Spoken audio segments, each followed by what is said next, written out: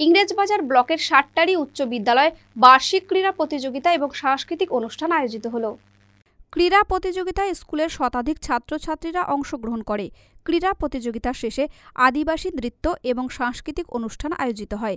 ক্রীড়া প্রতিযোগিতায় উপস্থিত ছিলেন স্কুলের প্রধান শিক্ষক অভিজিৎ চক্রবর্তী, সহকারী প্রধান শিক্ষক অমল কুমার ঘোষ, বিনোদপুর গ্রাম পঞ্চায়েতের প্রধান রাজু মিয়া, এলাকার পঞ্চায়েত সমিতির সদস্য ঔরঙ্গজেব হোসেন সহ স্কুলের অন্যান্য শিক্ষক শিক্ষিকা এবং এলাকার বিশিষ্টজনেরা।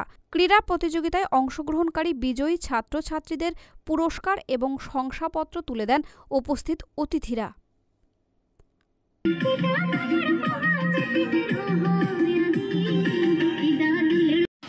সাতটারি হাই স্কুলের আজকে বার্ষিক ক্রীড়া প্রতিযোগিতা আমাদের 2 দিন ধরে খেলা চলছে। আজকে হচ্ছে ফাইনাল, 63টা ইভেন্টের ফাইনাল হচ্ছে আমাদের, এবং ফাইনাল হওয়ার সাথে সাথে আমাদের যারা ফার্স্ট সেকেন্ড থার্ড হচ্ছে তাদের হাতে আমাদের প্রাইজ সার্টিফিকেট আমরা তুলে দিচ্ছি।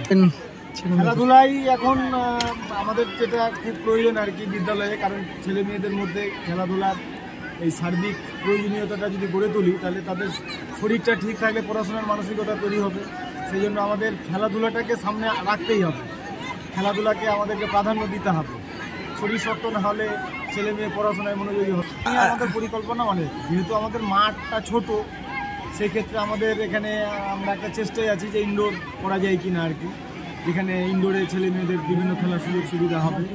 আর ওপেন যেগুলো আছে সেই ওপেন তো মাঠে যেগুলো খেলা হচ্ছে সেখানকার ছেলে মেয়েরা বিশেষ করে রানিং ইভেন্টে অনেক ভালো রেজাল্ট করে, জমে যায়। এবং এই খেলায় আমাদের সমস্ত শিক্ষক শিক্ষিকা যারা আছে অত্যন্ত নিজেরা সবসময় ব্যস্ত থেকে ছেলে মেয়েদের কালচারাল এবং খেলাধুলা সব কিছুতেই সেরাটা দেওয়ার চেষ্টা করে টিচাররা, এবং সমস্ত টিচারের সক্রিয় সহযোগিতা, এলাকার শিক্ষানুরাগী ব্যক্তিত্ব যারা আছে তাদের সকলের সক্রিয় সহযোগিতায় এই বিদ্যালয়ে খেলাধুলা, কালচারাল এবং পঠন পাঠন সমস্ত কিছু বিষয় নিয়ে আমরা সামনের দিকে এগিয়ে যাওয়ার চেষ্টা করছি। আপনার নাম স্যার? আমার নাম অমল কুমার ঘোষ, সহকারী প্রধান শিক্ষক, সাতটারি হাই স্কুল, মালদা টুডে।